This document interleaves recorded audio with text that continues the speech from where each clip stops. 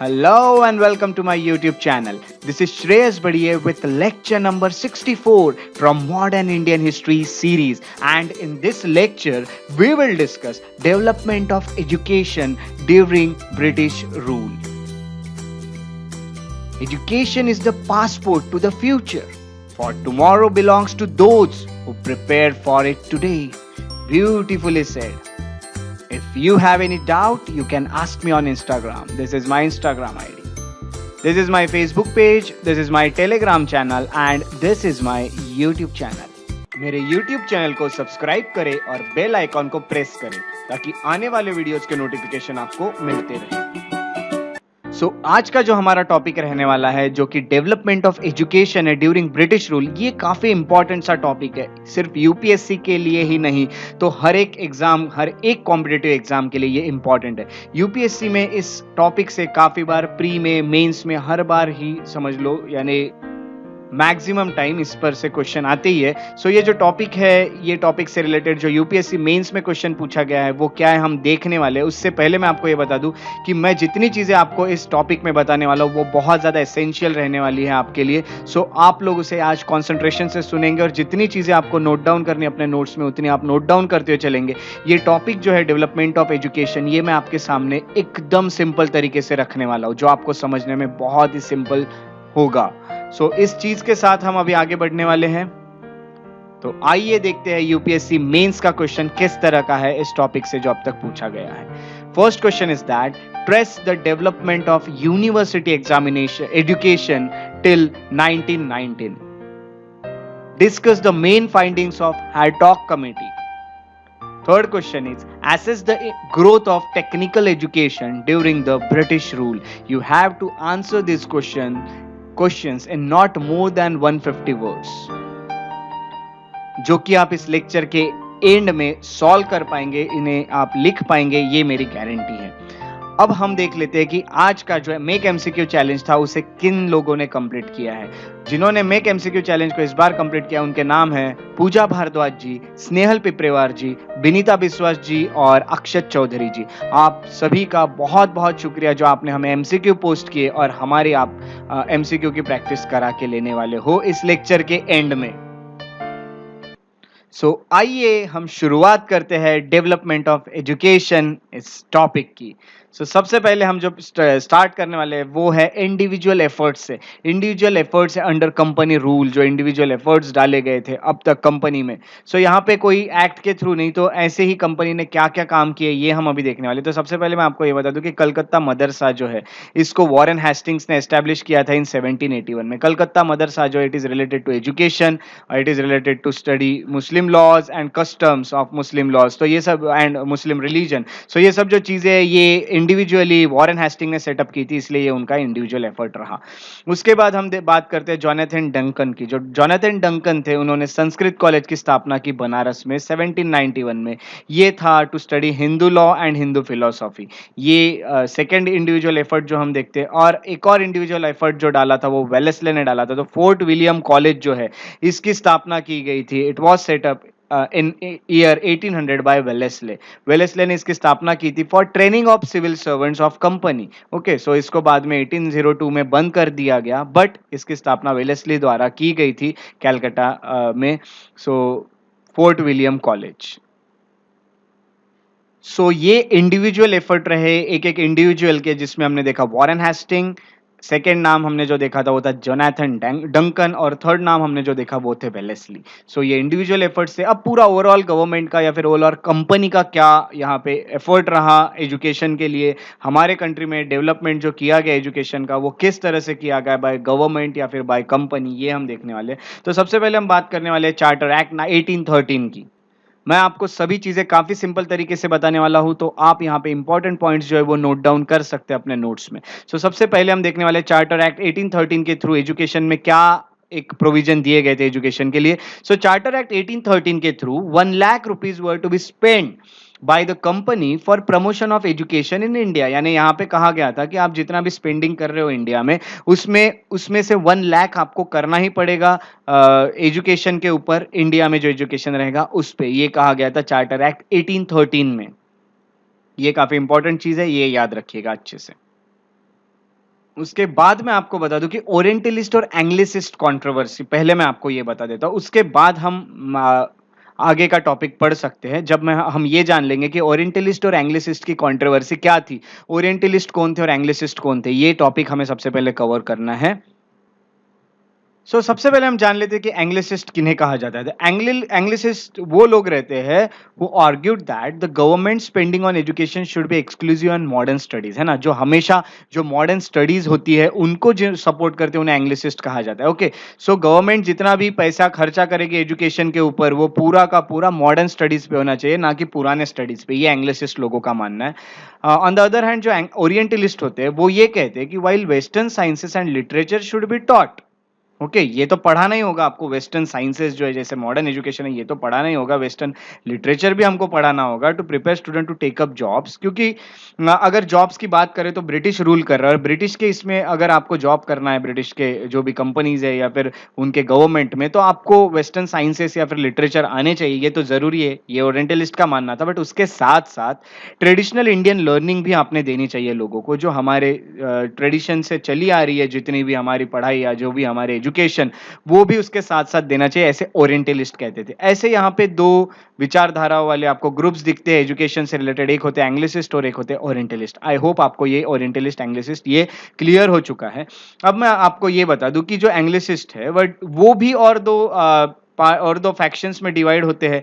एक ये होता है, सबसे पहले पहला जो फैक्शन होता है वो ये होता है कि for English language as the medium, है ना, तो इंग्लिश लैंग्वेज का इस्तेमाल करना चाहिए एज अ मीडियम, जो भी स्टूडेंट्स हैं उनको पढ़ाने में, ये जो आप मॉडर्न स्टडीज दे रहे हैं उसके लिए इंग्लिश लैंग्वेज का इस्तेमाल करना चाहिए, ऐसा एक फैक्शन कहता है। तो ऑन अदर हैंड जो दूसरा फैक्शन है वो ये कहता है कि इंडियन लैंग्वेज जो है यानी वर्नाकुलर लैंग्वेज है उसका आपने इस्तेमाल करना चाहिए ये एजुकेशन देने के लिए, मॉडर्न स्टडीज का वर्नाकुलर यानी लोकल इंडियन लैंग्वेज का आपने इस्तेमाल करना चाहिए, ये कहते हैं हमारे एंग्लिसिस्ट। तो एंग्लिसिस्ट और ओरिएंटलिस्ट ऐसे दो लोग यहाँ पे होते हैं जो जिनके बीच में कंट्रोवर्सी चलती है कि किस तरह से एजुकेशन मिलना चाहिए और कौन सी लैंग्वेज यूज होना चाहिए, या जो भी है, जो भी एजुकेशन आपको मिलना है उनकी ये कंट्रोवर्सी इस पे चलती है। ये इसीलिए मैंने आपको पहले ही बता दिया क्योंकि अब आपका बेस बन चुका है, अब आपको पता चलेगा कि इसका इंपॉर्टेंस क्या है अगले आने वाले टॉपिक में, जो कि है लॉर्ड मैकॉलेज मिनट ऑफ 1835। अब हम स्टडी करने वाले lord Macaulay's minute of year 1835। Lord Macaulay's minute में ये जो ओरिएंटलिस्ट एंग्लिसिस्ट है इनका नाम आपको दिखेगा, इसलिए मैंने आपको बताया। देखिए यहाँ पे ओरिएंटलिस्ट एंग्लिसिस्ट कंट्रोवर्सी के चलते मैकॉले जो थे उन्होंने सपोर्ट किया एंग्लिसिस्ट लोगों को, ये याद रखिएगा, है ना, सपोर्टेड द लेटर व्यूज। अगर हम देखते थे English language was chosen as the sole medium of education, और ये डिसाइड किया गया मैकॉलेज मिनट में कि इंग्लिश लैंग्वेज का इस्तेमाल किया जाएगा एजुकेशन देने में, और गवर्नमेंट ने ये डिसाइड किया था to spend the limited resources for teaching western sciences and literature, है ना। तो यहाँ पे ये भी कहा गया था कि जितने भी टीचिंग है वेस्टर्न साइंसेस को हो या फिर लिटरेचर के, उसके ऊपर लिमिटेड रिसोर्सेज स्पेंड किए जाएंगे, जो कि चाहते थे हमारे ओरिएंटलिस्ट लोग। आप देख रहे हैं यहाँ पे ओरिएंटलिस्ट लोगों ने कहा था कि टीचिंग वेस्टर्न साइंसेस और लिटरेचर पढ़ाना चाहिए बच्चों को, तो ये चीज़ यहाँ पे सुनी थी, बट लिमिटेड रिसोर्सेज उस पर स्पेंड होगा ये गवर्नमेंट ने कहा था, और एजुकेशन का मीडियम तो इंग्लिश होगा ये भी कहा था गवर्नमेंट में, यानी एंग्लिसिस्ट को काफ़ी सपोर्ट यहाँ पे दिख रहा था मैकॉलेज मिनट का, ये हमने देखा। And they adopted downward filtration theory. तो डाउनवर्ड फिल्ट्रेशन थियरी क्या है ये हम अब देखते हैं। डाउनवर्ड फिल्ट्रेशन थियरी उन्होंने यहाँ पे यूज की थी इंस्टेड ऑफ मास एजुकेशन नहीं दिया था। अब हम देख लेते हैं कि डाउनवर्ड फिल्ट्रेशन थ्योरी क्या है। तो डाउनवर्ड फिल्ट्रेशन थ्योरी जो है यहाँ पे देखिए लिखा हुआ है, वैसे मैं आपको पूरा एक्सप्लेन करके देता हूँ। तो यहाँ downward filtration theory is a theory introduced by lord Macaulay in his so called report called Macaulay's minute, है ना। मैकॉलेज मिनट में ये डाउनवर्ड फिल्ट्रेशन थ्योरी लाई थी, जिसके हिसाब से ऐसा कहना था which states that giving education to members of higher classes of this society would facilitate an opportunity for the grassroots people of this society too, because the lower class people always tend to imitate and follow the model of the people of higher status in the society। यहाँ पे देखिए, फिर अब मैं आपको ये explain कर देता हूँ। आपको ये थ्योरी मैंने अभी इसका जो टेक्स्ट है ये पढ़ के बताया। ये थ्योरी का ऐसा मानना है कि जो अगर आप एजुकेट करते हैं हायर क्लास के पीपल को, जो हायर क्लास के लोग हैं आपके सोसाइटी के, उनको, तो अपने आप ये एजुकेशन जो ग्रास रूट लेवल के पीपल है सोसाइटी में, जो लोअर क्लास है, वहां तक पहुंच जाएगा। क्योंकि अगर आप देखोगे तो जो लोअर क्लास पीपल है वो कभी भी फॉलो करते हैं हायर क्लास के जो लोग होते हैं उनको, अपने सोसाइटी में ना, उनका स्टेटस जो होता है उनको यहाँ पे फॉलो किया जाता है। हायर स्टेटस के जो लोग होते हैं उनको ऐसा मानना था इस थियोरी का, बट ये चीजें फेल हो गई। डाउनवर्ड फिल्ट्रेशन थियोरी जो थी ये फेल हो गई। ये इसी कारणवश फेल हुई क्योंकि जो हायर क्लास लोग थे उन्होंने कभी ऐसा नहीं चाहा कि मुझे जो नॉलेज मिला है वो नीचे के लोअर क्लासेस को मैं उनके तक पहुंचाऊं। क्योंकि अगर यहाँ पे अगर बात करें तो वो खुद को यहाँ पे ग्रेट समझने लगे और एक गैप बढ़ती रही है डाउनवर्ड फिल्ट्रेशन थियरी से। तो ऐसा कुछ हुआ नहीं। तो यहाँ पे उन्होंने सोचा था कि लिमिटेड रिसोर्सेज पे स्पेंड करूंगा और डाउनवर्ड फिल्ट्रेशन थियरी के थ्रू सबको एजुकेट करने की कोशिश करूंगा, बट ऐसा कुछ होते हुए दिखा नहीं। सो ये था मैकॉलेज मिनट ऑफ 1835 और ये था डाउनवर्ड फिल्ट्रेशन थियरी जो आपको अभी पता चल चुकी है। अब हम आगे जो पढ़ने वाले हैं वो है वुड्स डिस्पैच। वुड्स डिस्पैच जो है ये हम स्टडी करने वाले हैं, जो कि 1854 का था, 54 में आया था। This was also known as Magna Carta of English education in India, है ना। तो यहाँ पे इसको मैग्ना कार्टा भी कहा गया, इंग्लिश एजुकेशन इन इंडिया का। ओके, सो ये अच्छे से याद रखिएगा, ये आपका बहुत ही बड़ा फैक्ट है जो एग्जाम में कभी भी पूछा जा सकता है, वन लाइनर। अब इसके जो प्रोविजन थे वुड्स डिस्पैच के, वो सबसे पहले ये था कि it rejected downward filtration theory. जो डाउनवर्ड फिल्ट्रेशन थ्योरी मैकॉलेज मिनट में लिखी गई थी उसको इसने रिजेक्ट कर दिया क्योंकि ये बहुत बड़ा फेल्यूर था। It recommended English for higher studies, है ना। तो इन्होंने ये कहा था कि हायर स्टडीज जो है उसमें आप यूज कीजिए इंग्लिश लैंग्वेज, और जो स्कूल लेवल की जो स्टडीज है उसमें आप वर्नेकुलर लैंग्वेज यूज कीजिए, लोकल लैंग्वेजेस यूज कीजिए। ऐसा वुड्स डिस्पैच ने कहा था 1854 में जो आया था। यहाँ पे इन्होंने प्रमोट किया था सेक्युलर एजुकेशन, प्रोविजन था इसमें सेक्युलर एजुकेशन का। कोई भी रिलीजियस एजुकेशन नहीं दिया जाएगा गवर्नमेंट की तरफ से लोगों को, यहाँ पे सेक्युलर एजुकेशन होगा जो किसी भी धर्म से जुड़ा हुआ नहीं होगा। इस तरह का एजुकेशन को सपोर्ट किया था वुड्स डिस्पैच ने। इन्होंने इनकरेज्ड प्राइवेट एंटरप्राइजेस। अब देखिए, गवर्नमेंट अकेली पूरा स्पेंडिंग नहीं कर सकती, गवर्नमेंट को पास इतना ज्यादा फंड नहीं है स्पेंड करने के लिए, ऐसा ब्रिटिश का भी कहना है। अब हमको ये नहीं पता सच्चाई क्या थी, बट यहां अगर देखा गया तो गवर्नमेंट पूरा फंड अगर एजुकेशन पे स्पेंड नहीं कर सकती तो कुछ प्राइवेट एंटिटीज या प्राइवेट एंटरप्राइजेस को भी यहाँ पे लाना जरूरी है। प्राइवेट कॉलेजेस को भी यहाँ पे परमिशन देना होगा कि वो भी लोगों को एजुकेट करे। तो यहाँ पे प्राइवेट स्कूल्स, प्राइवेट कॉलेजेस, इनको भी यहाँ पे एक तरह से परमिशन दी गई कि वो भी लोगों को एजुकेट करे। So it encourage the private enterprises. Okay, तो ये याद रखेगा वुड्स डिस्पैच में जो 1854 में आया था। उसके बाद जो अगला हम स्टडी करने वाले हैं वो है Hunter education commission of year 1882 to 83। उसमें एक हंटर एजुकेशन कमीशन बिठाया गया था जो कि 82 में बिठाया गया, 83 में इन्होंने अपना काम पूरा किया था। इसका ऑब्जेक्टिव ये था कि to assess the Wood's despatch, जो वुड्स डिस्पैच आया था उसको स्टडी करना, क्या वो ठीक से काम कर रहा है या नहीं कर रहा है। अब इन्होंने ये कहा कि देखिए, आपने जो चीजें लाई है ठीक है भाई साहब वुड डिस्पैच में, बट एक चीज हमें याद रखनी होगी कि हमको जो स्टेट का रोल है उसको बढ़ाना होगा एजुकेशन इंप्रूव करने में। इंडिया में एजुकेशन इंप्रूव करना है तो स्टेट का रोल हमको ज़्यादा रखना पड़ेगा ताकि स्टेट अपना बहुत बड़ा योगदान दे पाए, अपना कंट्रीब्यूशन दे पाए, जिससे एजुकेशन जो है वो इंप्रूव हो सकता है। ये यहाँ कहा गया, यानी गवर्नमेंट का ज़्यादा रोल यहाँ पे होना चाहिए। यहाँ पे ये भी कहा गया था कि it advocated for transfer of control of local bodies, है ना। तो यहाँ पे ये भी कहा था कि जो लोकल बॉडीज है, जो लोकल गवर्नमेंट होती है आपके रीजन में, वो रीजन के लिए काम करेगा एजुकेशन के लिए, तो उनको भी कुछ पावर दो related to education. For example district and municipal boards, इनके पास भी पावर होना चाहिए जो कुछ एजुकेशन में अपना योगदान दे पाए, कुछ कंट्रीब्यूशन दे पाए, उसके सपोर्ट में कुछ काम कर पाए, कुछ स्कूल कॉलेजेस यहाँ पे ओपन कर पाए। तो ये भी यहाँ पे इनको यहाँ पे एक रोल दिया था, लोकल बॉडीज का भी रोल होना चाहिए, ऐसा हंटर एजुकेशन कमीशन ने कहा था 82 और 83 में। ये आपको याद रखना है यहाँ पे। उसके बाद मैं आपको एक छोटा सा फैक्ट बता देता हूँ जो कि बहुत ज़्यादा इंपॉर्टेंट नहीं है, बट कभी अगर इस पे क्वेश्चन आ गया तो आप लोग इसको सॉल्व कर पाएंगे जिन लोगों ने ये लेक्चर देखा है। तो यहाँ पे मैं आपको ये बता दूं कि एक रेले कमीशन यहाँ पे बनाया गया था। रेले कमीशन किस चीज़ के लिए इस्टेब्लिश किया गया था, किस चीज़ के लिए फॉर्म किया गया था, याद रखिएगा, to review the performance of universities in India. India में अलग अलग यूनिवर्सिटीज़ बनी हुई थी, अब ये यूनिवर्सिटीज़ किस तरह से काम कर रही है, इस चीज़ के लिए रेले कमीशन आया था 1902 में। ये आपको याद रखना है। उसके बाद जो हम स्टडी करने वाले हैं वो है इंडियन यूनिवर्सिटीज एक्ट 1904। सो रैलेक कमीशन यहाँ पे बिठाया गया था। रैलेक कमीशन ने जो था वो स्टडी करने वाला था performance of universities in India. So इन्होंने जो भी रिपोर्ट दी थी उसी के रिकमेंडेशन पे ये एक्ट आया था जिसको कहा जाता है Indian universities act of year 1904। अच्छे से याद रखिएगा। अब मैं बता दूं आपको कि यहाँ पे क्या था।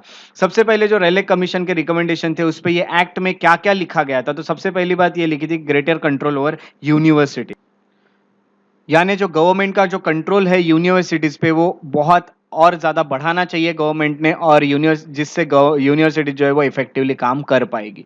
यहाँ पे ये भी कहा गया था कि यूनिवर्सिटीज जो है उनको इंपॉर्टेंस देना चाहिए रिसर्च और स्टडीज पे, है ना। तो यहाँ पे रिसर्च वर्क होगा या फिर जो भी स्टडीज कराई जाएगी यूनिवर्सिटी पे, ये सब चीजों के ऊपर ज्यादा अटेंशन देना होगा यूनिवर्सिटीज को, ये भी इस एक्ट में कहा था। उसके साथ साथ जो फेलोज हुआ करते थे उनको यहाँ पे कम कर दिया गया, उनकी जो संख्या थी उसको रिड्यूस कर दिया गया, और जितने भी फेलोज आते थे यहाँ पे वो पूरे के पूरे नॉमिनेटेड बाय गवर्नमेंट आते थे। उनका इवन जो ऑफिस का जो पीरियड होता है, टाइम पीरियड, वो भी कम कर दिया गया था फेलोज का। उसके साथ साथ यहाँ पे ये कहा गया था कि rules were made stricter for private college affiliation. यहाँ पे अगर आप देखोगे तो प्राइवेट कॉलेजेस थे उनकी संख्या बहुत ज्यादा बढ़ रही थी, और प्राइवेट कॉलेजेस का आप देखोगे तो एजुकेशन पे फोकस करने से ज्यादा वो कमर्शियलाइजेशन पे फोकस करते हैं। वो लोगों का फोकस ये होता है कि पैसे कैसे बनाए, ये नहीं कि लोगों को अच्छा एजुकेशन कैसे दे। तो इस तरह से हम देखते हैं कि प्राइवेट कॉलेजेस जो थे वो बहुत बढ़ रहे थे, और एजुकेशन का जो एक तरह से हम देखते हैं कि जो लेवल था वो डाउन होते दिख रहा था। तो इन्होंने कहा था कि ऐसे रूल्स बनाइए जिससे जो प्राइवेट कॉलेज को आप जो परमिशन दे रहे हैं वो थोड़ा स्ट्रिक्ट हो जाए। ये भी यहाँ कहा गया था यूनिवर्सिटीज एक्ट में 1904 के। उसके साथ साथ यहाँ ये कहा गया था कि 5 लाख आप देंगे हर साल, 5 साल तक ये देते रहेंगे for improvement of higher education and universities. ये आपको देते रहना पड़ेगा 5 lakh per annum for 5 years. अब हम देखते हैं कि हमारे जो नेशनलिस्ट थे उनके इसको थोड़ा सा क्रिटिसिज्म आया। जैसे कि आप देखो तो गोपाल कृष्ण गोखले जो थे, इन्होंने इंडियन यूनिवर्सिटी एक्ट को रेट्रोग्रेड मेजर यानी एक बैकवर्ड स्टेप है ये, यानी आप पुराने दिशा में लेके जा रहे हैं एजुकेशन को, ये ऐसा कहा गया गोपाल कृष्ण गोखले द्वारा इस एक्ट को, इंडियन यूनिवर्सिटीज एक्ट 1904। तो इस तरह से ब्रिटिश का एक एक्ट आया था जिसको कहा जाता है Indian universities act of year 1904। सो अब हम जो स्टडी करने वाले हैं वो है government resolution on education policy 1913। So government ने एक रेजोल्यूशन पास किया था, जो भी एजुकेशन पॉलिसी गवर्नमेंट बना रही थी उसके लिए यहाँ पे 1913 में एक रेजोल्यूशन पास किया गया था। सो यहाँ पे मैं आपको सबसे पहले बता दूं कि गवर्नमेंट ने डायरेक्टली रिफ्यूज कर दिया गया था कि हम लोगों को कंपलसरी एजुकेशन नहीं दे सकते। यहाँ पे अगर हम देखते हैं तो काफ़ी जगह से हम देखते हैं हमारे जो नेशनलिस्ट थे उनकी काफ़ी डिमांड थी कि आप लोगों को एक तरह से कंपलसरी प्राइमरी एजुकेशन दो, बट यहाँ पे गवर्नमेंट ने डायरेक्टली रिफ्यूज कर दिया कि हम कंपलसरी एजुकेशन नहीं दे सकते। दूसरी बात, उन्होंने प्रोविंशियल गवर्नमेंट को भी ये कहा था कि आप भी यहाँ पे कंपलसरी एजुकेशन की जो जिम्मेदारी है, रिस्पॉन्सिबिलिटी, वो मत उठाइए, क्योंकि हमारे लिए पॉसिबल नहीं है कि हम सभी लोगों को यहाँ पे कंपलसरी प्राइमरी एजुकेशन दे पाए। यहाँ पे इवन जो प्राइवेट प्लेयर्स थे जिनको यहाँ पे थोड़ा सा रोक दिया गया था, जिनके लिए थोड़ा स्ट्रिक्ट कर दिया गया था इंडियन यूनिवर्सिटीज एक्ट 1904 में, उनको यहाँ पे थोड़ा सा इनकरेज किया गया था, उनको थोड़ा फ्रीडम, यहाँ फ्रीली उनको यहाँ पे थोड़ा सा जितना स्ट्रिक्टनेस था उसको कम कर दिया था। तो ये सब चीजें चली थी गवर्नमेंट का जो रेजोल्यूशन आया था ऑन एजुकेशन पॉलिसी 1913 में उस पे। उसके बाद ब्रिटिश गवर्नमेंट ने सैडलर यूनिवर्सिटी कमीशन लाई थी 1917 में, 1919 तक इन्होंने अपने रिपोर्ट दिए थे। अब मैं आपको ये बता दूं कि ये जो कमीशन थी ये क्यों सेटअप की गई थी। तो ये the commission was set up to review Calcutta university. तो कैलकाटा यूनिवर्सिटी जो थी उसका काम किस तरह से चल रहा है, वो क्या इफेक्टिवली काम कर रही है या नहीं कर रही है, उसमें कुछ चेंजेस आना चाहिए या नहीं आना चाहिए, ये सब चीज़ों के लिए सैडलर यूनिवर्सिटी कमीशन बिठाई गई थी 1917 में। बाद में इनके जो ये जो था, इन्होंने बाद में बाकी यूनिवर्सिटीज पे भी अपना काम किया, बट ये स्पेशली कलकत्ता यूनिवर्सिटीज के लिए बनाई गई थी। इनके क्या रिकमेंडेशन थे? इनके रिकमेंडेशन सबसे पहले ये थे कि 12+3 ऐसा प्रोग्राम आपने शुरू करना चाहिए, यानी 12 साल आप स्कूलिंग कराओगे और 3 साल डिग्री कोर्स दोगे स्टूडेंट्स को। ये इस तरह का एक कोर्स शुरू करना चाहिए गवर्नमेंट ने, ये इनका यहाँ पे एक कमीशन का रिपोर्ट था। उसके साथ साथ उन्होंने ये भी बताया था कि एक सेपरेट बोर्ड होना चाहिए of secondary and intermediate education, ये बनाने चाहिए गवर्नमेंट ने, ताकि सेपरेटली इसके ऊपर फोकस हो सके सेकेंडरी एजुकेशन के ऊपर। आप देखते हैं जैसे कि सेकेंडरी एजुकेशन के आज भी बोर्ड होते हैं जिसको हम एसएससी कहते हैं, है ना। तो स्कूल सेकेंडरी सर्टिफिकेट, वो बोर्ड होते हैं, वो इसके ऊपर काम करते हैं, जिसके कारण ये इफेक्टिवली थोड़ा सा एजुकेशन यहाँ पे हमको मिल सकता है। और इंटरमीडिएट जो एजुकेशन होगा इन सब के लिए सेपरेट बोर्ड बनाने चाहिए आपने। उसके साथ साथ मैं आपको ये भी बता दूं कि it laid stress on female education, है ना। तो इंडिया में फीमेल एजुकेशन की हालात तो आपको पता है, हिस्ट्री से अगर हम देखेंगे तो एंशियंट टाइम से बहुत खराब थी, medieval time, ancient time. But धीरे धीरे ब्रिटिश के टाइम पे ये थोड़ा सा इंप्रूव हो रहा था, तो इन्होंने फीमेल एजुकेशन जो है उसको उसके ऊपर स्ट्रेस रखा था। उन्होंने applied scientific and technological education जो है और टीचर्स ट्रेनिंग जो है वो पूरा का पूरा फीमेल एजुकेशन में भी अलाउ किया था। तो फीमेल्स के लिए भी अलाउ किया गया, जो साइंटिफिक स्टडीज होती है या जो टेक्नोलॉजिकल स्टडीज की कराई जाती है या फिर जो टीचर्स की ट्रेनिंग दी जाती है वो अभी फीमेल्स भी ले पाएगी। ऐसा सैडलर यूनिवर्सिटी कमीशन के रिपोर्ट थे, उनके रिकमेंडेशन थे। सो ये बहुत ही एक इंटरेस्टिंग कमीशन बनता है जो ब्रिटिश इंडिया के वक्त आया था। अब एक और कमेटी बिठाई गई थी ब्रिटिश गवर्नमेंट के थ्रू, जिसको कहा जाता है हैटॉक कमेटी। हैटॉक कमेटी जो है ये 1929 में सेटअप की गई थी। ये भी इंप्रूवमेंट कैसा किया जाए एजुकेशन पे, इसके लिए ये कमेटी बिठाई गई थी। ये कमेटी ने, सबसे पहले मैं आपको ये बता दूं कि इन्होंने फोकस किया था प्राइमरी एजुकेशन पे। इनका ये कहना था कि प्राइमरी एजुकेशन सबको मिलना चाहिए, हो सके तो कंपलसरीली भी देना चाहिए गवर्नमेंट ने। ये हैटॉक कमेटी के रिकमेंडेशन थे, बहुत इंपॉर्टेंट है। उसके साथ साथ इन्होंने ये भी कहा था कि जो क्वालिटी ऑफ एजुकेशन है वो अच्छा रखना चाहिए, आपने उसको प्रायोरिटी देना चाहिए।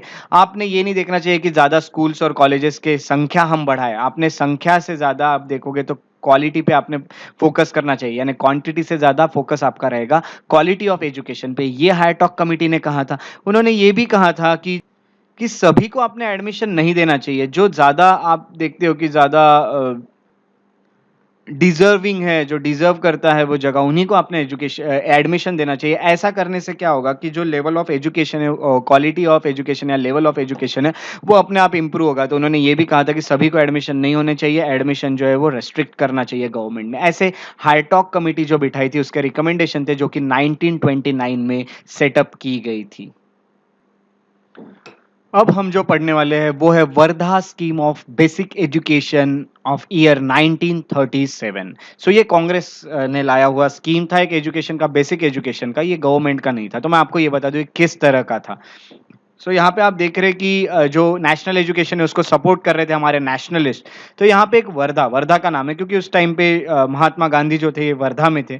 सो जो तो कांग्रेस थी उन्होंने ऑर्गेनाइज किया था एक national conference on education in October 1937 in Wardha.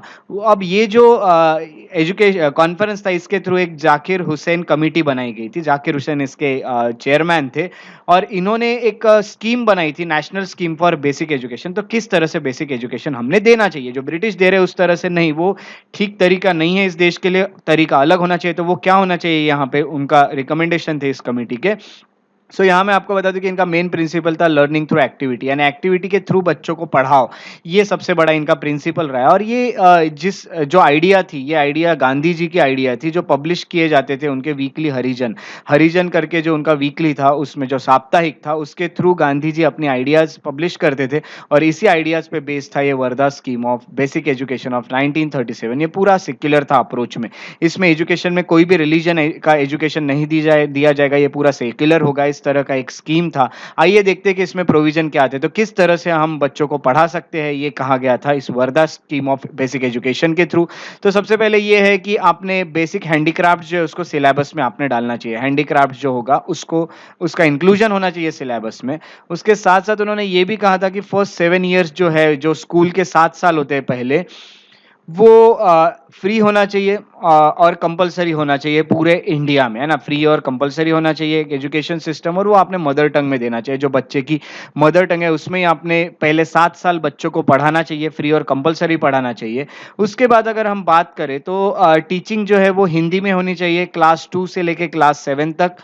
यानी अगर देखेंगे तो मदर टंग में भी पढ़ाया जा रहा है और हिंदी भी होगा, तो क्लास 2 से 7 तक हिंदी में पढ़ाया जाएगा और जो 8th के बाद का एजुकेशन है वही इंग्लिश में दिया जाएगा। सो ये चीज़ें आपको याद रखना है कि इंग्लिश आफ्टर क्लास 8 ये एजुकेशन आपको टीचिंग दी जाएगी। उसके साथ साथ आपको ये भी बता दूं कि ways to be devise to establish contact with community around schools through services. यहाँ पे देखिए, जो भी स्कूल्स के आजू-बाजू की जितनी भी कम्युनिटीज़ रह रही है, उनके साथ यहाँ पे एक तरह से कॉन्टैक्ट बनाया जाएगा, कुछ सर्विस देके, है ना? तो जो भी यहाँ पे लोग हैं, जो भी स्कूल में स्टूडेंट्स हैं, वो सब कुछ ना कुछ सर्विस देते रहेंगे एजुकेशन के साथ-साथ, जिससे जो कम्युनिटी आजू-बाजू के स्कूल्स है, उनके भी कॉन्टैक्ट बन जाएँगे, तो ये बहुत अच्छी एक बात है। ये बहुत अच्छा अवेयरनेस ला सकता था। उसके साथ-साथ मैं आपको ये भी बता दूँ, इसके प्रोविज़न ये भी थे कि educating a child through the medium of productive activity of a suitable handicraft, है ना? हैंडीक्राफ्ट जो है वो आपको उसके थ्रू बच्चों को एजुकेट करना पड़ेगा, और हैंडीक्राफ्ट के थ्रू एजुकेशन जो होगा वो बहुत बेस्ट तरीका होगा, बच्चों के अंडरस्टैंडिंग बहुत अच्छी होगी एक स्टूडेंट की। ये इस प्रोविजन, ये मानना था इस आइडिया का जो कि दिया था Wardha scheme of basic education में। तो बहुत ही एक बहुत अच्छी और इफेक्टिव स्कीम हमको देखने मिलती है, जिसको कहा जाता है Wardha scheme of basic education in of year 1937। तो बहुत अच्छी स्कीम हमने देखी यहाँ पे, जो हमारे नेशनलिस्ट लोगों ने दी थी। उसके बाद फिर से आते हैं ब्रिटिश की तरफ। तो ब्रिटिश ने, आपको ये बता दूं कि सार्जेंट प्लान आया था ऑफ एजुकेशन इन ईयर 1934। ये सार्जेंट प्लान जो था, ये क्या था देखते हैं। तो सार्जेंट प्लान जो था वाज द एजुकेशनल, सार्जेंट कौन थे? तो ये एजुकेशनल एडवाइजर थे। तो एजुकेशनल एडवाइजर हुआ करते थे ब्रिटिश गवर्नमेंट में। उन्होंने ये कहा था कि बहुत सारे आपको रिफॉर्म लाने की जरूरत है, जिसके चलते आप इंडियन एजुकेशन सिस्टम को इंग्लैंड जैसा बना सकते हो 40 साल में। यानी इंग्लैंड में जो सिस्टम है वैसा अगर एजुकेशन आपको देना है तो उसके लिए 40 साल लगेंगे। ऐसे क्या-क्या रिफॉर्म्स होंगे, ऐसे कुछ रिफॉर्म बताए गए थे सार्जेंट प्लान ऑफ एजुकेशन 1944 में। बट यहाँ पे हम अगर देखेंगे तो इन्होंने जितनी भी चीज़ें बताई वो कुछ सीरियसली यहाँ पे इम्प्लीमेंट नहीं की गई। इनकी मेथड इम्प्लीमेंट नहीं की गई, और अगर हम देखेंगे तो ये प्लान कभी आ नहीं पाया, ये जो सार्जेंट प्लान था ये। इसीलिए ये इसके प्रोविजन कोई बहुत ज़्यादा इंपॉर्टेंट एग्जाम के लिए नहीं बनते हैं। तो मैं आपको ये बता दूं कि ये फेल हो गया था ये प्लान। इस तरह से सार्जेंट प्लान में कुछ रिकमेंडेशन थे। अब हम आगे जो पढ़ने वाले हैं वो हम देखेंगे कि टेक्निकल एजुकेशन का डेवलपमेंट कैसा किया गया इंडिया में। तो development of technical education in India, तो सबसे पहले देखते हैं टेक्निकल एजुकेशन कैसा कैसा इंडिया में आता है। तो सबसे पहले हम देखते हैं तो इंजीनियरिंग कॉलेज बनाया गया रुड़की में 1847 में। ये सब टेक्निकल एजुकेशन है। Okay. Calcutta college of engineering बनाया गया 1856 में। 1858 में ओवरसियर स्कूल पूना में बनाया गया, और पूना का जो स्टेटस था कॉलेज ऑफ, ये ओवरसियर स्कूल ऑफ जो पुणे था उसका स्टेटस उन्होंने बढ़ा के उसको कॉलेज ऑफ इंजीनियरिंग बना दिया, और उसको बॉम्बे यूनिवर्सिटी के अंडर ला लिया 1858 में। 1858 में आप देखोगे तो गुंडी कॉलेज जो है ऑफ इंजीनियरिंग, ये मद्रास यूनिवर्सिटी में बनाया गया। उसके बाद मेडिकल ट्रेनिंग स्टार्ट कर दी गई, और मेडिकल कॉलेज बनाया गया कैलकाटा में इन द ईयर 1835। तो बहुत अच्छे से डेवलप होते हुए दिख रहा है आपको एजुकेशन, टेक्निकल एजुकेशन भी। उसके बाद मैं आपको ये बता दूं कि जो लॉर्ड कर्जन थे उन्होंने काफ़ी सारी चीज़ें लाने की कोशिश की, प्रोफेशनल कोर्सेज लाने की कोशिश की। प्रोफेशनल कोर्सेज जो थे जिसमें आप देखते हैं कि मेडिसिन हो गया, एग्रीकल्चर हो गया, इंजीनियरिंग हो गया, उसके साथ साथ वेटरनरी साइंसेस एटसेट्रा एटसेट्रा, ऐसे काफ़ी सारे प्रोफेशनल कोर्सेज लाने की कोशिश लॉर्ड कर्जन द्वारा की गई। उसमें से सबसे बड़ी कोशिश हमको देखने मिलती है कि उन्होंने एक एग्रीकल्चर कॉलेज बनाया था पूसा में 1905 में, जो कि उसके जैसे जितने भी सिमिलर इंस्टीट्यूशन थे बाकी प्रोविंस में भी उसका एक पेरेंट इंस्टीट्यूशन बन जाता है। वो पूरे इस एग्रीकल्चर कॉलेज जो है पूसा के अंडर, उसके अंडर आने लगे थे। तो डॉक्टर राजेंद्र प्रसाद कॉलेज है ये, आज इसका नाम है, जो पूसा में है। तो ये ब्रिटिश का एक सेंट्रल एजुकेशनल कॉलेज आप समझिए, सेंट्रल कॉलेज समझिए, जिसके अंडर बाकी इंस्टीट्यूशन आ जाएंगे जो प्रोविंसेस में है। ऐसा भी लॉर्ड कर्जन ने बनाया था। तो लॉर्ड कर्जन के अंडर भी काफ़ी ज़्यादा चीज़ें डेवलप हुई। तो अगर हम देखते हैं तो टेक्निकल एजुकेशन इस तरह से इस देश में डेवलप होते गया ब्रिटिश के टाइम पे। ये सब जो हमने देखे ये थे ब्रिटिश के efforts towards development of Indian education. पर मुझे पता है कि आपके माइंड में क्या सवाल उठ रहा होगा। ऐसा कुछ नहीं कि मैं आपके माइंड को रीड कर पा रहा हूँ, ऐसी बात है कि ये ऑब्वियस सा सवाल है जो किसी के भी माइंड में आएगा कि भाई साहब ब्रिटिश क्यों डेवलपमेंट कर रहे थे इंडिया में एजुकेशन की, ब्रिटिश का ऐसा क्या फायदा था इसके पीछे। ब्रिटिश तो हर चीज अपने खुद के फायदे के लिए करते थे, तो जी हाँ, इसमें उनका कुछ ना कुछ फायदा तो था। तो आइए देखते हैं कि reasons behind development of education by British क्या रहे, क्यों उन्होंने इतने डेवलपमेंट के प्रयास करते रहे, क्यों इतनी कोशिशें करते रहे। सबसे पहले हम देखेंगे कि मॉडर्न एजुकेशन आए इस देश में, ऐसा जो एनलाइटेंड इंडियंस थे या क्रिश्चियन मिशनरीज थे या ह्यूमैनिटेरियन ऑफिशियल्स थे, उन सब के तरफ से डिमांड आ रही थी कि इंडिया में मॉडर्न एजुकेशन को लाया जाए। अब आप देख रहे हैं कि ये सब जो लोग हैं ये कहीं ना कहीं ब्रिटिश को एक तरह से लॉयल थे ब्रिटिश के लिए, जो एनलाइटेंड इंडियन थे, यानी आप देखोगे तो एजुकेटेड इंडियन हो गए या अच्छे विचारधारा वाले इंडियन हो गए, क्रिश्चियन मिशनरीज हो गए, ह्यूमैनिटेरियन ऑफिशियल्स हो गए, ह्यूमैनिटेरियन यानी जो इंसानियत की तरफ अपना ज़्यादा झुकाव रखते हैं, जो चाहते कि लोग एजुकेट हो, इंसानियत भी होती है कुछ, तो ऐसे लोगों के कारण मॉडर्न एजुकेशन ब्रिटिश को लाना पड़ा। दूसरी बात ये थी कि आप अगर इंडियन लोगों को अगर एजुकेट करते हो तो आपको चीप सप्लाई ऑफ मैन मिलता है ना। तो अगर आप देखते हो तो मैन पावर आपको चीपली अवेलेबल होगा, क्योंकि कोई भी इंडियन ब्रिटिश के जितने भी एडमिनिस्ट्रेशन है उसमें छोटे मोटे पोस्ट पे थोड़ा कम पैसे में काम कर लेगा, कम सैलरी पे काम कर लेगा, जो सैलरी की डिमांड ज्यादा करते थे यूरोपियन लोग, तो cheap supply of educated Indian मिल जाएगा उनको। उसके साथ साथ ब्रिटिश के बिजनेस कंसर्न्स हो गए या फिर जितने भी लोग, उसके चलते ब्रिटिश को यहाँ पे एक फायदा ही था इस चीज का, इसलिए उन्होंने एम्फेसिस भी रखा अपना इंग्लिश मीडियम पे, ताकि क्योंकि उनकी जो लैंग्वेज होती थी काम करने की वो इंग्लिश होती थी, और हमारे लोगों को अगर इंग्लिश की लैंग्वेज का नॉलेज अगर आ जाता है तो वो लोग काम कर पाएंगे एडमिनिस्ट्रेशन में, है ना। तो ये सब चीजें उन्होंने यहाँ पे लाने की कोशिश की थी, इसलिए इंग्लिश यहाँ पे लाई गई। उसके साथ साथ एक होप ये थी कि जो एजुकेटेड इंडियन है वो ब्रिटिश का जो मार्केट है उसको एक्सपांड करेंगे ना, expand market for British manufacturers in India, है ना। तो यहाँ पे आप देखोगे कि जो लोग जितने एजुकेटेड होते जाएंगे उतने ज़्यादा उनकी अलग अलग डिमांड्स रहेगी, मॉडर्न डिमांड्स आएगी, जो कि ब्रिटिश सप्लाई करते थे, उनके मैन्युफैक्चरर्स सप्लाई करते थे। तो एक तरह से कपड़े की भी बात करें तो पहनावा थोड़ा सा बदल जाएगा उस इंसान का जो एजुकेटेड हो गया, तो मार्केट अपने आप बढ़ेगा, ये ब्रिटिश को पता था। अगली बात ये थी कि एक एक्सपेक्टेशन था कि जो वेस्टर्न एजुकेशन है वो ब्रिटिश रूल को कहीं ना कहीं सपोर्ट करेगा, क्योंकि उस वेस्टर्न एजुकेशन में ब्रिटिश के जो कॉन्करेंस है उनका एक उनको ग्लोरीफाई किया गया है, उनकी काफ़ी तारीफें की गई है, और एक बहुत अच्छे से प्रेजेंट किया गया है जो ब्रिटिश के कॉन्करेंस रहे हैं पहले से ही, या फिर उनके जो एडमिनिस्ट्रेशन रहे उसकी काफ़ी तारीफें की गई है ब्रिटिश के। सो ये सब चीज़ें ब्रिटिश रूल को कहीं ना कहीं सपोर्ट करेगी, उसका कहीं ना कहीं इंडियंस में रेस्पेक्ट बढ़ जाएगा, यही ब्रिटिश को लगता था।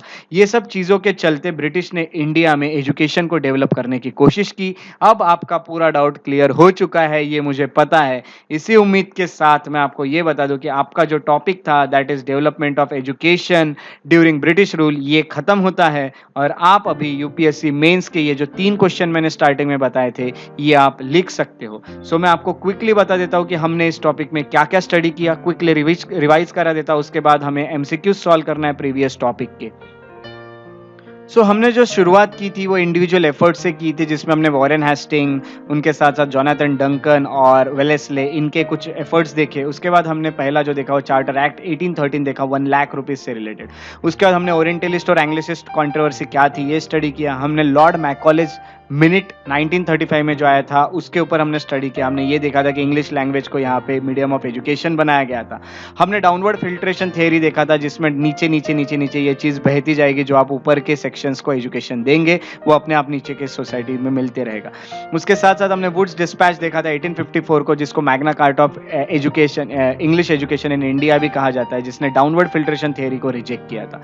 उसके बाद हमने हंटर एजुकेशन कमीशन देखा था, और हमने ये भी देखा था कि ये लाया गया था वुड डिस्पैच, जो वुड्स डिस्पैच है इसको स्टडी करने के लिए हंटर एजुकेशन कमीशन।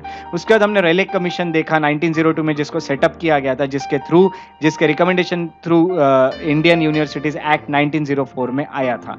उसके बाद हमने देखा कि गवर्नमेंट रेजोल्यूशन आया था एक एजुकेशनल पॉलिसी पे, जिसमें गवर्नमेंट ने ये कहा था कि हम कंपलसरी एजुकेशन की रेस्पॉन्सिबिलिटी नहीं लेंगे।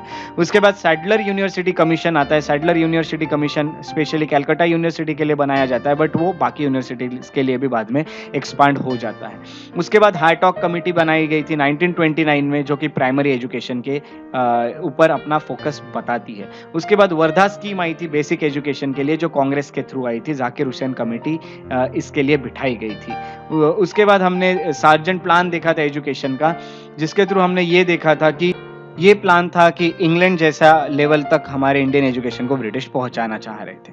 उसके बाद मैं आपको ये बता दूं कि डेवलपमेंट ऑफ टेक्निकल एजुकेशन हमने देखा कि कुछ इंजीनियरिंग कॉलेजेस, कुछ मेडिकल कॉलेजेस जो बनाए गए उसके बारे में हमने स्टडी किया। हमने लॉर्ड कर्जन ने जो एफर्ट्स थे वो भी हमने स्टडी किए। हमने ये देखा उसके बाद कि रीजंस क्या थे कि ब्रिटिश डेवलप करना चाहते थे एजुकेशन को इंडिया में, तो ये सब चीज़ें हमारी हो गई।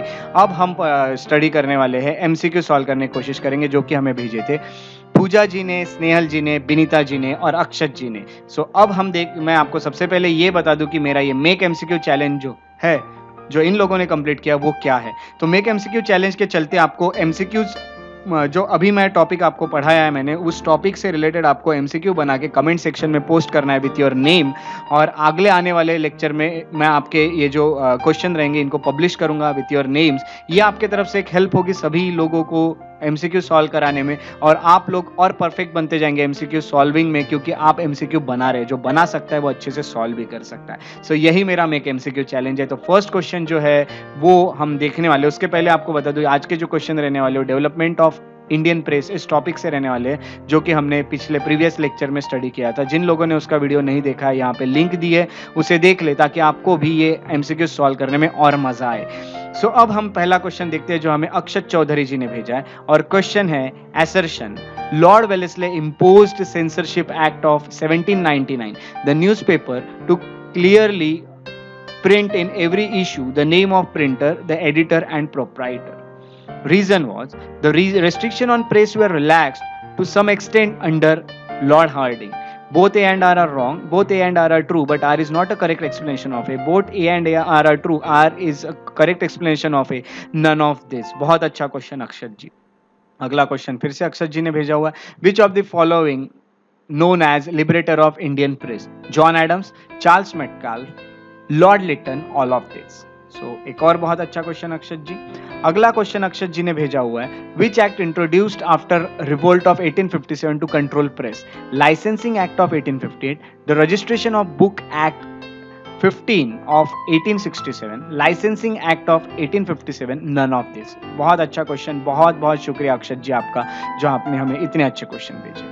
अगला क्वेश्चन हमें भेजा है पूजा भारद्वाज जी ने। पूजा जी ने क्वेश्चन भेजा है, वो क्वेश्चन है consider the following statement in relation to the licensing regulation 1823 enactment made by John Adams empowered the government to issue search warrant and entry in newspaper premises without court orders. According to it, using a press without license was penal offense. The result of a liberal press policy was a rapid growth of newspaper. Options A, B and C, only A and C, B and D, all of the above. बहुत अच्छा question पूजा जी। अगला question पूजा जी ने हमें ये भेजा है The term gagging act refers to Licensing Regulation 1823, Censorship of Press Act 1799, Vernacular Press Act 1878, Indian Press Act 1910। बहुत अच्छा क्वेश्चन पूजा जी। अगला एक और क्वेश्चन पूजा जी ने जो भेजा है वो है under which act Congress and it's activities were declared illegal? Press Regulation Act 1942, Indian Press Act 1910, Press Inquiry Committee, the Indian Press Emergency Powers Act 1931। बहुत अच्छा क्वेश्चन पूजा जी, और आपका बहुत बहुत शुक्रिया जो आपने हमें इतने अच्छे क्वेश्चन भेजे। अगला क्वेश्चन हमें विनीता जी ने भेजा है, और क्वेश्चन है of the following which was the first newspaper of India? संवाद, प्रभाकर, हिकीज, बंगाल गैजेट, समाचार दर्पण, तत्वबोधिनी पत्रिका। बहुत अच्छा क्वेश्चन विनीता जी। एक और क्वेश्चन विनीता जी ने हमें भेजा है, और क्वेश्चन है which of the following regulation envision that press without license was penal offence? Press act of 1835 और Metcalfe act, lord Wellesley enacted censorship of press act 1799, licensing regulation 1823, licensing act 1835। बहुत अच्छा question Vinita ji. Vinita ji ने अगला question हमें भेजा है under which of the following viceroys repressive act were passed restricting the vernacular press? Lord Canning, lord Curzon, lord Lytton या lord Hastings. बहुत अच्छा क्वेश्चन विनीता जी, और आपका बहुत बहुत शुक्रिया जो आपने हमें इतने अच्छे क्वेश्चन भेजे। अगला क्वेश्चन हमें भेजा है स्नेहल पिपरेवार जी ने। स्नेहल जी ने क्वेश्चन जो भेजा है वो है which was the first vernacular paper in India? Bengal gazette, Samachar Darpan, Mumbai समाचार, द टाइम्स ऑफ इंडिया। बेहतरीन, बहुत अच्छा क्वेश्चन। उसके बाद स्नेहल पिपरेवार जी ने जो अगला क्वेश्चन भेजा है वो है which is the largest selling English daily in India according to IRS 2012? Hindustan Times, Economic Times, the Hindu, the Times of India. बहुत अच्छा क्वेश्चन स्नेहल जी। अगला एक और क्वेश्चन स्नेहल जी ने भेजा है who among the following started Bombay समाचार? फरदौनजी मुर्जबान, राजा राम मोहन रॉय, जेम्स सिल्क बुकिंगम, शिशिर कुमार घोष। बहुत अच्छा क्वेश्चन स्नेहल जी, और आपका बहुत बहुत शुक्रिया जो आपने हमें इतने अच्छे क्वेश्चन भेजे। सो आप सबका बहुत बहुत शुक्रिया जो आपने हमारी आज MCQs की प्रैक्टिस करा ली, पूजा जी, स्नेहल जी, विनीता जी और अक्षत जी। सो अगर आप सब लोगों को ये वीडियोस पसंद आ रहा है सो आप लोग उसे लाइक करें, शेयर करें और सब्सक्राइब करें मेरे यूट्यूब चैनल को। मेरे फेसबुक पेजेस को लाइक करें, श्रेयस बड़ी और श्रेयस बड़ी इंटरप्रिटेशन। इंस्टाग्राम पे मुझे फॉलो कर सकते हैं, श्रेयस बड़ी द पीस लवर, ये मेरा इंस्टाग्राम आईडी है। और shreyasbadi@gmail.com पे आप मुझे मेल भी कर सकते हैं। सो आप सबका यहाँ बने रहने के लिए बहुत बहुत शुक्रिया। अपना ख्याल रखें, अच्छे से पढ़ाई करें और हमेशा स्मार्ट वर्क करते रहे, हार्ड वर्क करते रहे, अपना डाइट अच्छा रखें, एक्सरसाइज करें, खुद को फिट रखें, बिकॉज हेल्थ इज वेल्थ। इसी उम्मीद के साथ मैं श्रेयस बड़ी आपसे अगले लेक्चर में मिलूंगा। तब तक के लिए आपका दिन शुभ हो।